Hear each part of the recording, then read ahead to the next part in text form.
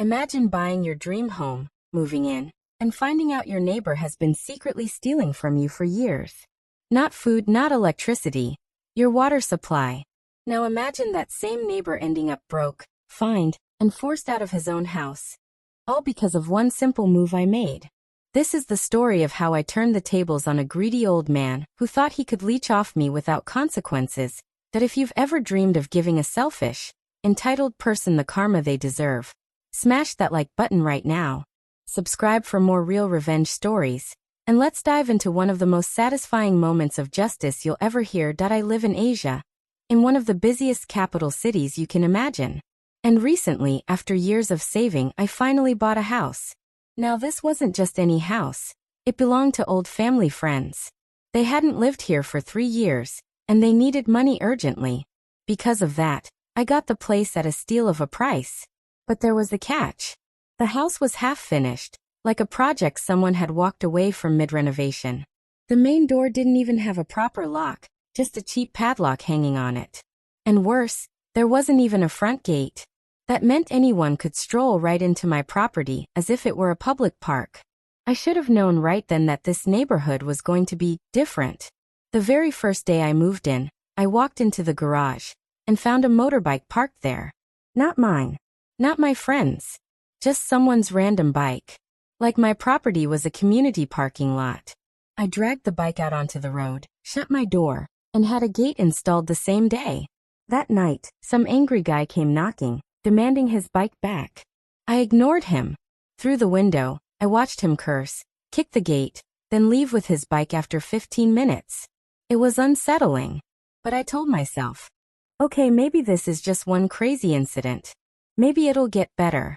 Oh, how wrong I was. For a few weeks, things were calm. Occasionally, people blocked my gate, not realizing the house was no longer abandoned. I solved that with a bold "No parking" sign. Easy fix. But then something strange started happening. One night while showering, I noticed the water pressure dropping. At first, I thought it was a random issue. But then I heard something. The faint hum of a water pump next door. My neighbor's house wasn't just any house. It was a 3-story building. He lived on the ground floor and rented out the other 2 floors to tenants. And to get water up to those floors, he needed an electric pump. The man himself? An old mechanic. Bitter. Miserly. And according to my friends who sold me the house, furious that I had bought it. He didn't want new neighbors, especially not me. The timing was too suspicious. My water pressure dropped exactly when his pump switched on. Coincidence? Maybe. But I didn't trust him. So I ran a little test. I waited until his pump stopped, then turned on my taps again. Like magic, the water pressure returned to normal. My suspicion grew into certainty. This man wasn't just grumpy, he was stealing my water. The more I thought about it, the more it made sense. For years, while this house sat empty, the water bills were strangely high. Everyone thought it was due to leaks. But leaks alone couldn't explain the skyrocketing costs. At some point in those 3 years, this old man must have decided, why pay for water when I can just siphon it from my neighbor's empty house? It was bold. It was entitled. And it infuriated me. Now in my country, water is cheap. Dirt cheap. Even with me washing 3 dogs, watering my garden, and washing my car weekly, my monthly bill is barely $5. So no, it wasn't about the money. It was about principle. It was about this arrogant man thinking he had the right to steal from me, and that I wouldn't notice. For days I debated. Do I confront him? Do I go legal? Or do I let it go? But every time I thought about him smirking, enjoying water he hadn't paid for, my anger boiled. No. He needed to learn a lesson. The beauty of my plan was its simplicity. No lawyers. No fighting. No sneaking onto his property. All I had to do was turn off my water from the mains. Here's how it worked. His pump relied on drawing water from my supply. If I cut it off while his pump was running, the pump would keep running endlessly, searching for water that wasn't there. Pumps like that aren't built to run dry. They burn out. I knew it would cost him. Maybe a new pump. Maybe angry tenants. Either way, he'd feel it. So on a Monday night, I waited. The moment I heard his pump flick on, I went to my mains and twisted the valve shut. And then, I waited. At 3 a.m., I was jolted awake by voices. Shouting. Panic. Through my window, I could hear his tenants yelling at him. Their pumps weren't working. The water wasn't flowing. Worse, because the pump had been running non-stop. It had fried his outdated 90s wiring. Now they didn't just lack water. They had no power either. The tenants were furious.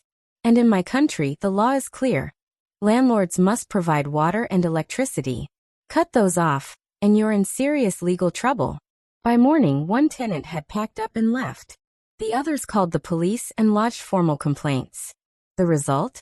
The old man was slapped with a $500 fine. A devastating amount for someone retired with no income. On top of that, he had to refund both tenants' deposits and fix his wiring before he could rent again. It was financial ruin. By the end of the week, his tenants were gone, his income had dried up, and he was preparing to move in with his daughter. His pride shattered. His reputation destroyed. And all I did was turn a valve. A few days later, he came to my gate. His face was pale, his voice controlled, but his eyes burned. Did you turn off your water? He asked flatly. I smiled. Calm. Innocent. Oh yeah. My tank had a leak, so I shut it off until the plumber fixed it. He stood there, frozen, clearly holding back anger. Finally, he muttered, "Oh, okay," and walked away. That was it. He knew. I knew. But he couldn't prove a thing. He stole water from me for years. He thought he was clever, untouchable. But in the end, he lost his tenants. He lost his income. He lost his independence. And all it took was me flicking off a tap. 2 birds, 1 stone. If this story gave you chills, smash that like button and tell me in the comments, what's the most satisfying revenge you've ever seen? Don't forget to subscribe for more stories where justice is served, and trust me, you won't want to miss the next one.